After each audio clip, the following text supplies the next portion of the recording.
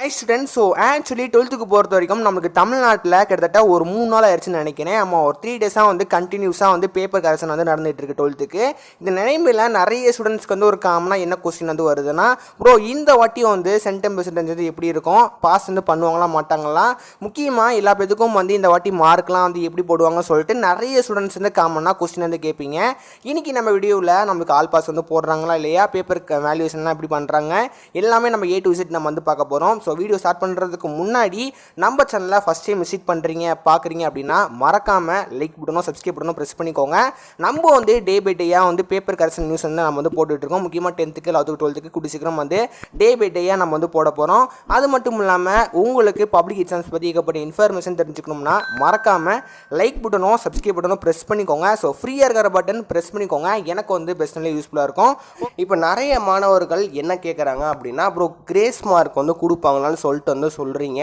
Actually 11th 12th இன்னும் கூடியும் grace mark வழங்கப்படும் சொல்லிட்டு எந்த ஒரு நியூஸும் கிடையாது. 12th சொல்கிறாங்க. அதாவது 12th கெமிஸ்ட்ரி கொஞ்சம் கொஸ்டின்ஸ் அவுட் ஆஃப் போர்ஷன் கேட்டிருந்தாங்க. அதனால 8 மார்க் கொடுக்க போகிற மாதிரி 12th சொல்கிறாங்க. அது இன்னும் கூடியும் கன்ஃபார்ம் ஆகலை. அதனால கிரேஸ் மார்க் பொறுத்த வரைக்கும் இன்னும் கூடியும் எந்த ஒரு அனௌன்ஸ்மெண்ட்டும் வரவில்லை. அப்படி கூடி சீக்கிரம் வர மாதிரி இருந்துச்சு அப்படின்னா நான் கண்டிப்பாக அப்லோட் பண்ணுறேன்.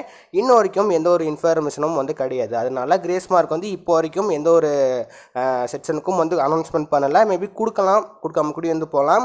ஓகே ப்ரோ, பேப்பர் வேல்யூவேஷன் எப்படி இருக்கும் இந்த வருஷத்தில்? போன வருஷத்தோட இந்த வருஷம் நல்லா பாஸ் பெர்சன்டேஜ்லாம் இன்க்ரீஸ் ஆகுமா, சென்டம் பெர்சன்டேஜ்லாம் இன்க்ரீஸ் ஆகுமா அப்படி சொல்லிட்டு நம்ம கேட்டிங்கன்னா கண்டிப்பாக ஆகும். நான் எப்படி சொல்கிறேன் அப்படின்னா, first of all election. So தமிழ்நாட்டில் எலெக்ஷன் நடக்க போகுது. எலெக்ஷனை பேஸ் பண்ணி ஆல் பாஸ் போடுவாங்களான்னு சொல்லிட்டு கேட்டிங்கன்னா அதுக்கு நிறைய வாய்ப்புகள் உள்ளது. அதனால எலெக்ஷன் நடக்க போகிறனால மாணவர்களுக்கு கொஞ்சம் நல்ல மதிப்பெண் கொடுக்கலான்னு சொல்லிட்டு கூடியும் கவர்மெண்ட் சைட்லேருந்து ஏதாவது பண்ணலாம். இன்னொரு கூடியும் ஒரு ரீசன் சொல்கிறாங்க. என்ன அப்படின்னா, தமிழ்நாட்டில் 19ஆம் தேதி எலெக்ஷன் ஸ்டார்ட் ஆக போகுது. இந்த நிலைமையில் பேப்பர் கரெக்ஷனுக்கும் அப்புறம் ரிசல்ட் டேட்டுக்கும் கண்டிப்பாக அந்த டேட்லாம் சேஞ்ச் ஆக நிறைய பாசிபிலிட்டி இருக்குது. இதை பேஸ் பண்ணி கண்டிப்பாக பேப்பர் கரெக்ஷன் டேட் ரொம்பவே குறைய வாய்ப்பு இருக்குது. ஏன்னா இப்போ ரீசெண்ட்லி 12th என்ன சொல்லியிருந்தாங்க அப்படின்னா, ஏப்ரல் 2 ஏப்ரல் 13 வரைக்கும் சொல்லியிருந்தாங்க. 11th ஏப்ரல் 16 25 வரைக்கும் சொல்லியிருந்தாங்க. 16 25 சொல்லியிருக்காங்க. ஆனால் நடுவில் 19ஆம் தேதி எலெக்ஷனு. ஸோ அதனால அந்த 11th 10th இந்த பேப்பர் கரெக்ஷன் டேட் மாறுறதுக்கு நிறைய பாசிபிலிட்டி இருக்குது. நிறைய பேர் என்ன சொல்கிறாங்க அப்படின்னா, ப்ரோ 12th நான் இங்கிலீஷ் ஒன்றுமே எழுதலை ப்ரோ, எனக்குலாம் என்ன மார்க் போடுவாங்கன்னு சொல்லிட்டு கேட்குறீங்க. இங்கிலீஷ் நமக்கு மெயின் சப்ஜெக்ட் கிடையாது. அது ஒரு லாங்குவேஜ் பாட்டு தான். அதனால இங்கிலீஷில் மார்க் பெருசுன்னு சொல்லிட்டு நீங்கள் கவலைப்படாதீங்க. இங்கிலீஷ் மார்க்கை எடுத்துக்கவே மாட்டாங்க. மெயின் சப்ஜெக்ட் அதாவது மேத்ஸு, ஃபிசிக்ஸ், கெமிஸ்ட்ரி அதுதான் கட் ஆஃப் யூஸ் ஆகும்.